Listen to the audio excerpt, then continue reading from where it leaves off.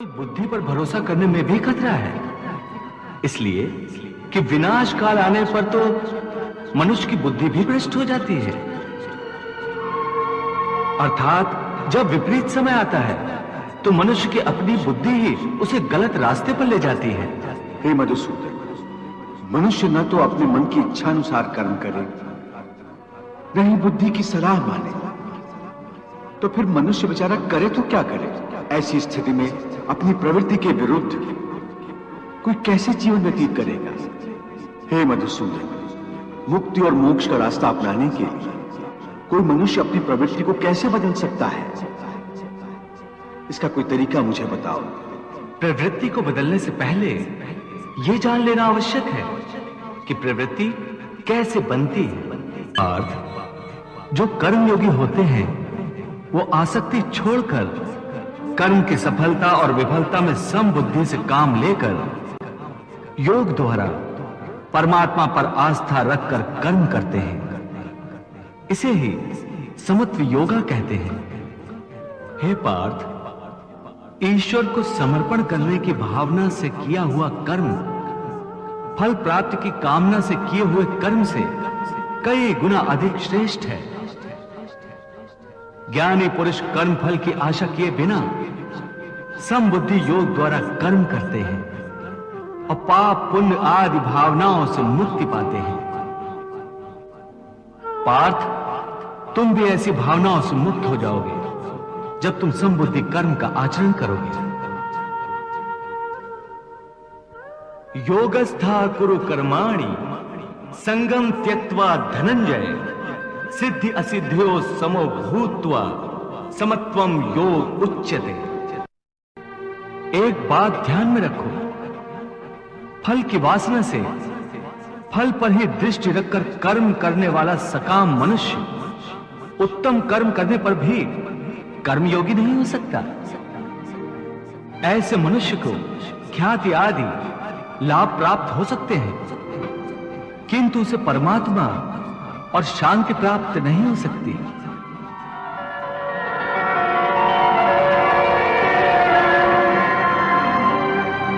हे केशव, मनुष्य को पाप पुण्य दोनों बंधन कारक है। दोनों से भला बुरा प्रारब्ध बनता है।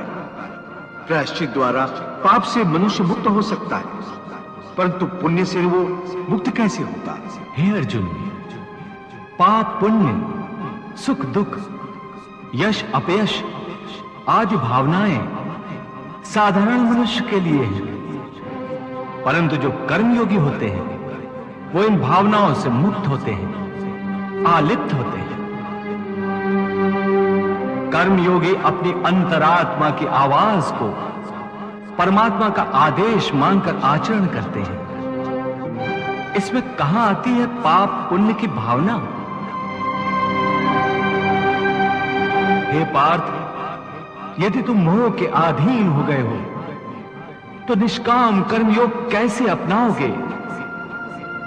तुम्हारी बुद्धि पर जो मोह के अंधकार का पटल छा गया है उसे ज्ञान के प्रकाश से हटा दो और अपनी बुद्धि को मोह के दलदल से बाहर निकालो। हे पार्थ, यदा ते मोह कलिलम बुद्धिर्व्यतितरिष्यति तदा गन्तासि निर्वेदम श्रोतव्यस्य श्रुतस्य च। हे पार्थ, मोह बुद्धि का अज्ञान होता है और इसी अज्ञान के कारण मनुष्य भौतिक आकर्षण में फंस जाता है। वो जानता नहीं कि देह तथा समस्त भोग नश्वर है, मिथ्या है। जब मनुष्य सत और असत अथवा नित्य और अनित्य का भेद जान जाता है तब वो निरासक्त हो जाता है। उसे किसी भी चीज का आकर्षण नहीं रह जाता। इसका दूसरा अर्थ है मोह का त्याग करना तथा मोह का लोप होने पर मनुष्य किसी भी प्रकार से किसी भी वस्तु की ओर आकर्षित नहीं होता। हे पार्थ, यथार्थ ज्ञान की प्राप्ति होने के बाद मोह का त्याग होता है। आत्मिक योग बल में वृद्धि हो जाती है। योग बल के कारण मन स्थिर हो जाता है।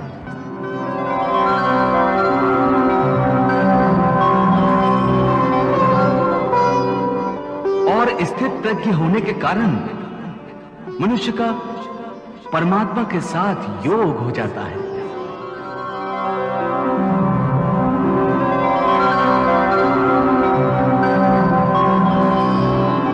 पार्थ, तुम भी आत्मिक योग बल द्वारा अपनी अंतरात्मा में झांककर परमात्मा को देखने का प्रयास करो। समबुद्धि कर्मयोग का आचरण करो और स्थित प्रज्ञ बन जाओ।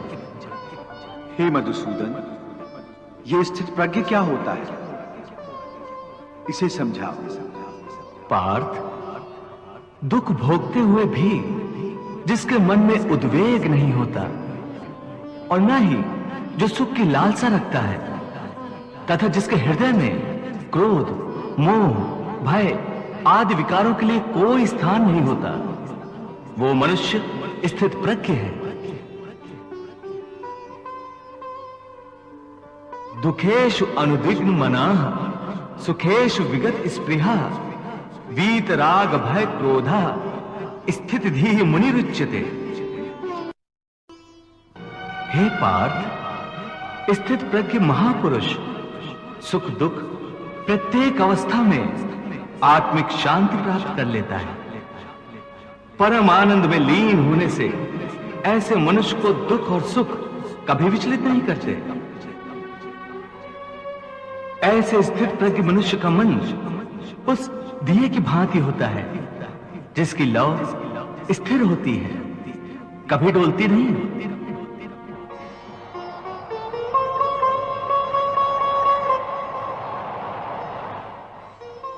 प्रभु, दिए की लौ अधिक समय तक अचल और अडोल तो रहती नहीं, वो हवा के हल्के से झोंके से भी तड़पने लगती है।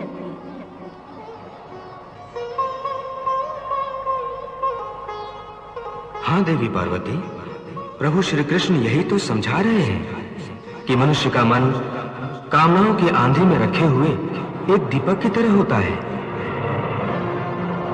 कामनाओं के तेज झोंके उस दिए की बाती को स्थिर नहीं रहने देते। प्रभु ये उपदेश दे रहे हैं कि मन को स्थिर रखने के लिए मन की कामनाओं को लगाम देना चाहिए। यदि कामना को लगाम न दी जाए तो एक कामना से दूसरी, फिर दूसरी से तीसरी कामना जन्म लेती रहती है और यह सिलसिला कभी खत्म नहीं होता। जैसे जब किसी व्यक्ति के पास घर न हो तो वो मनुष्य एक झोपड़ा की कामना करता है, तो उससे बड़ा घर चाहता है, फिर उससे भी बड़ा घर, और फिर राजमहल की कामना करता है। असीम रूप लेकर बढ़ती रहती है। तो फिर मनुष्य इन कामनाओं को कैसे लगाम दे सकता है? इसका सही और सरल उपाय यह है कि मनुष्य मन में संतोष पैदा करे। जहां जिस अवस्था में जिस क्षण में उसे संतोष प्राप्त हो जाए, वहीं उसी क्षण में प्राणी सुखी और शांत हो जाएगा। हे कृष्ण, तुम कहते हो कि स्थित प्रज्ञ बनने के लिए मन के दिए की ज्योत को स्थिर रखो, अर्थात मन को इधर उधर डोलने न दो। इसका अर्थ यह हुआ कि कर्म करते समय मन की जगह बुद्धि की बात मानो, मन को बुद्धि के अधीन रखो, यही ना? नहीं अर्जुन, केवल बुद्धि पर भरोसा करने में भी खतरा है। इसलिए कि विनाश काल आने पर तो मनुष्य की बुद्धि भी भ्रष्ट हो जाती है, अर्थात जब विपरीत समय आता है तो मनुष्य की अपनी बुद्धि ही उसे गलत रास्ते पर ले जाती है। हे मधुसूदन, मनुष्य न तो अपने मन की इच्छा अनुसार कर्म करे, न ही बुद्धि की सलाह माने, तो तो फिर मनुष्य बेचारा करे तो क्या करे? ऐसी स्थिति में अपनी प्रवृत्ति के विरुद्ध कोई कैसे जीवन व्यतीत करेगा? हे मधुसूदन, मुक्ति और मोक्ष का रास्ता अपनाने के लिए कोई मनुष्य अपनी प्रवृत्ति को कैसे बदल सकता है? इसका कोई तरीका मुझे बताओ। प्रवृत्ति को बदलने से पहले यह जान लेना आवश्यक है कि प्रवृत्ति कैसे बनती है। हे अर्जुन, मनुष्य जन्म से ही अपने साथ सत्व, रज और तम 3 गुणों को लेकर पैदा होता है।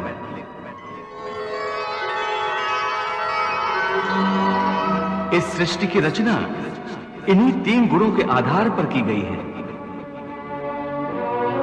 इस त्रिगुणात्मक सृष्टि में रहने वाले समस्त प्राणियों में तीनों गुण विद्यमान होते हैं, परंतु हर प्राणी के अंदर इन तीनों में से कोई न कोई एक गुण अधिक प्रधान होता है, और जिस गुण की प्रधानता अधिक होती है उस प्राणी का चरित्र वैसा ही बन जाता है।